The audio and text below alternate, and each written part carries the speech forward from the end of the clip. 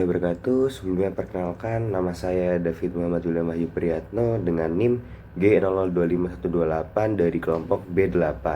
Pada siang hari ini saya akan menjelaskan untuk laporan anatomi di blok 2.2 terkait kardiorespirasi. Oke, mungkin kita langsung saja ke laporan yang pertama. Laporan pertama ini soalnya, kemudian pertanyaannya adalah pertama, jelaskan sirkulasi fetal. Kemudian yang kedua, jelaskan salah satu gangguan akibat gagalnya penutupan struktur fetal setelah lahir. Dan yang ketiga, jelaskan vaskularisasi arteri dan vena jantung. Oke, mungkin kita langsung aja ke yang pertama ya. Untuk sirkulasi fetal. Jadi, sirkulasi fetal ini diawali dari plasenta. Dari plasenta kemudian masuk ke vena umbilikal. Nah, di vena umbilikal ini berlanjut ke ductus venosus. Nah, ductus venosus ini akhirnya nanti sampai ke vena cava inferior. Vena cava inferior langsung ke atrium dextra. Nah, di atrium dextra ini ada dua jalan nih. Ada yang ke ventricle dextra, ada yang langsung ke atrium sinistra melewati foramen ovale. Nah, kalau yang ke ventricle dextra ini nantinya akan menuju ke arteri pulmo, truncus pulmo, terus ke arteri pulmo. Tapi di sini ada percabangan juga. Ada namanya ductus arteriosus yang membuat darah ini bisa ke arah aorta gitu. Jadi kalau yang ke arah pulmo ini nanti akan arteri pulmo, di pulmo ntar akan keluar lewat vena pulmonalis ke atrium sinistra. Sedangkan kalau yang ke ductus arteriosus ini, yang melewati ductus arteriosus kemudian ke arah aorta, ntar akan ke aorta, descending aorta, kemudian akan melewati arteri umbilikal dan ke arah plasenta gitu, kembali ke plasenta. Nah, tadi berarti ini kalau yang lewat ventrikel kanan, ke arah ventrikel kanan. Kalau yang ke arah atrium sinistra itu melewati foramen ovale ke atrium sinistra, kemudian menuju ke ventrikel sinistra. Nah, dari ventrikel sinistra ini akan langsung dipompa ke seluruh tubuh melewati aorta. Nanti aorta descending juga, entar segala macam, entar melewati arcus aorta juga, kemudian aorta dan seterusnya. Nah, kalau di descending aorta ini ntar selain ke bercabang ke seluruh tubuh, juga ada melewati arteri umbilikal menuju ke plasenta. Begitu. Itu untuk sirkulasi fetal. Kemudian kita langsung aja yang nomor 2 terkait gangguan akibat gagalnya penutupan struktur fetal setelah lahir. Nah, di nomor kali ini saya akan menjelaskan terkait PFO atau patent foramen ovale. Jadi patent foramen ovale ini merupakan suatu kondisi gagalnya foramen ovale ini menutup. Nah, tadi kan foramen ovale untuk dilewati darah yang dari atrium dextra ke atrium sinistra kan saat fetal. Nah, ketika lahir foramen ovale itu harusnya menutup dan menjadi fossa ovalis begini, seperti ini di gambar ya. Tapi pada keadaan si foramen ovale gagal menutup, namanya patent foramen ovale, sehingga ketika lahir kan paru-paru seharusnya sudah berfungsi ya. Jadi darah dari atrium dextra harusnya cuma ke arah ventricle dextra, kemudian ke arah truncus pulmo.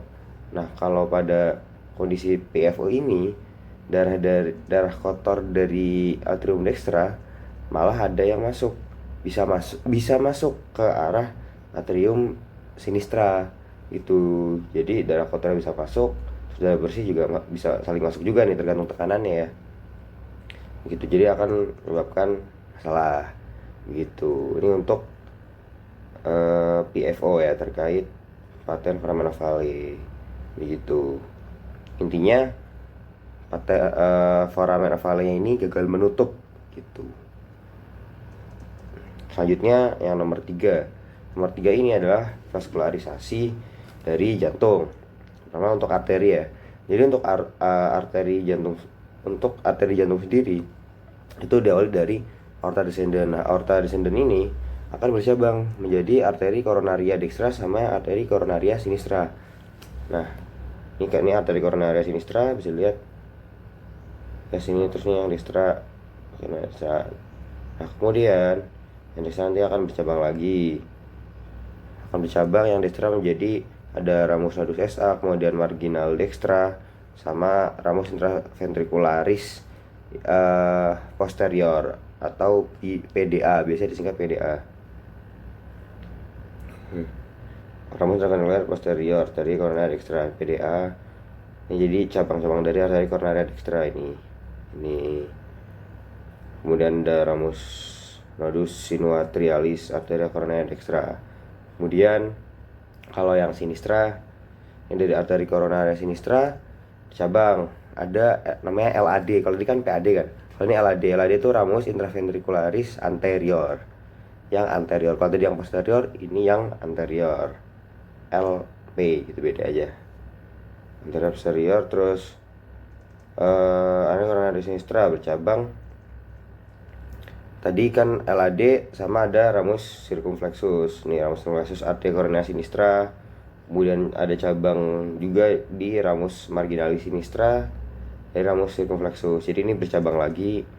Kemudian ramus interventricularis anterior arteri kornea sinistra. Terus kemudian ada cabangnya ramus lateral. Gitu. Ini untuk yang arteri vaskularisasi arteri jantung. Kemudian untuk venanya, jadi kalau vena jantung itu akan bermuara ke atrium dextra. Nah itu ada dua, ada yang muaranya itu melalui sinus coronarius, sama ada yang vena cordis minimae. Venanya ada dua jalur begitu ya. Nah kalau yang sinus coronarius ini bisa dari vena cardiaca magna, vena cardiaca posterior, vena cardiaca parva, vena cardiaca media, dan beberapa vena-vena lainnya.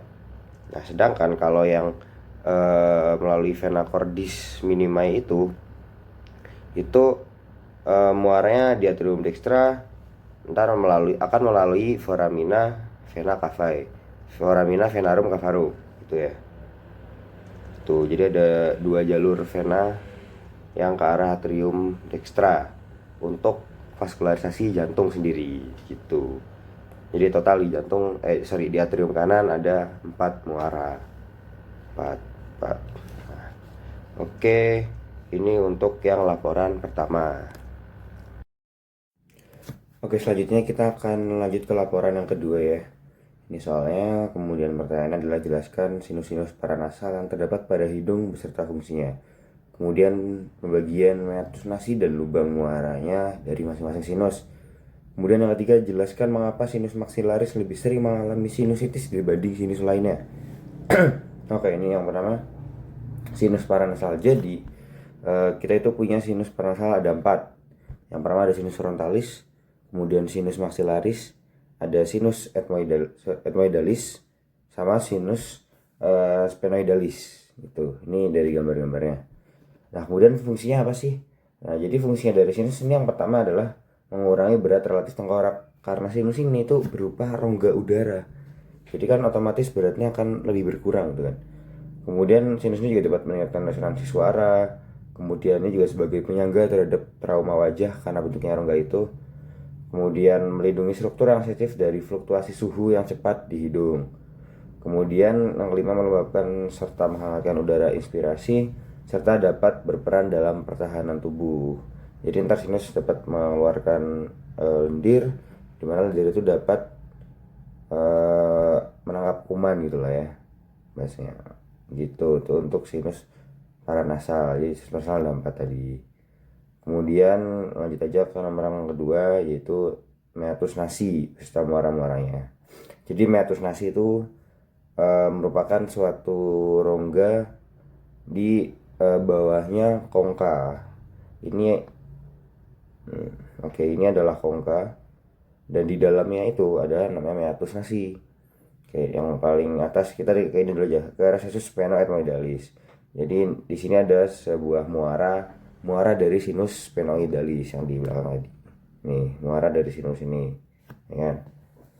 Terus kemudian ada meatus nasi superior. Meatus nasi superior tuh yang berada di bawahnya kongka superior dalam tanah. Nah, ini menjadi muara dari sinus etmoid yang posterior. Nah, kemudian ada meatus nasi media. Nah, di meatus nasi media ini agak banyak. Jadi yang pertama ada hiatus semilunaris. Jadi hiatus semilunaris itu semacam celah berbentuk seperti bulan sabit ya, karena semilunar. Nah, di situ tempat dari berbagai muara-muara. Yang pertama ada muara dari sinus maxillaris yang paling besar itu. Kemudian ada muara dari sinus frontalis. Ada muara dari sinus etmoid anterior juga.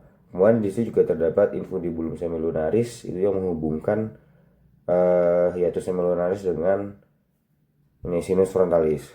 Kemudian juga ada bula etmoidalis, itu semacam tonjolan sel dari etmoid itu ya.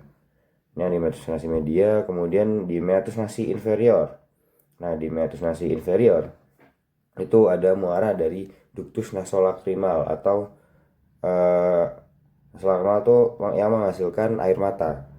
Jadi makanya kenapa ketika orang mengeluarkan air mata gitu, biasanya hidungnya juga keluar cairan, karena air mata itu juga dikeluarkan lewat hidung. Selain dari mata langsung, itu dikeluarkan lewat hidung juga, lewat hidung, lewat rongga hidung gitu, dikeluarkan lewat ductus nasolacrimal ini. Keluar nanti keluar dari hidung gitu, biasa cairannya kan gitu. Kemudian untuk soal yang ketiga, mengapa sinus maxillaris lebih sering mengalami sinusitis dibanding sinus lainnya? Oke, kenapa? Pertama karena dia itu lokasi sinusnya dengan muaranya itu lebih tinggi muaranya. Jadi ini bisa digambar nih. Jadi muaranya itu ke atas nih. Ductus dari si maxilla ini malah ke atas. Jadi kan melawan gradien gravitasi gitu kan. Pastinya akan lebih susah jika ada cairan di situ buat keluar gitu kan. Nah, itu pertama, yang utama karena gravitasi, karena karena ductusnya tuh ke atas malah naik karena melawan gravitasi. Terus kemudian sinus maxillaris ini juga dekat dengan akar dari gigi. Jadi misalkan di gigi ada masalah gitu ya, terus ada masalah di akarnya gitu, itu bisa kena juga ke sinusnya karena dekat dengan akar dari gigi geraham gitu. Tuh, itu dari sinus maxillaris kenapa lebih sering mengalami sinusitis dibanding sinus lainnya begitu. Oke, mungkin itu saja yang bisa saya sampaikan untuk laporan anatomi di blok 2.2 ini. Kurangnya saya mohon maaf. Assalamualaikum warahmatullahi wabarakatuh.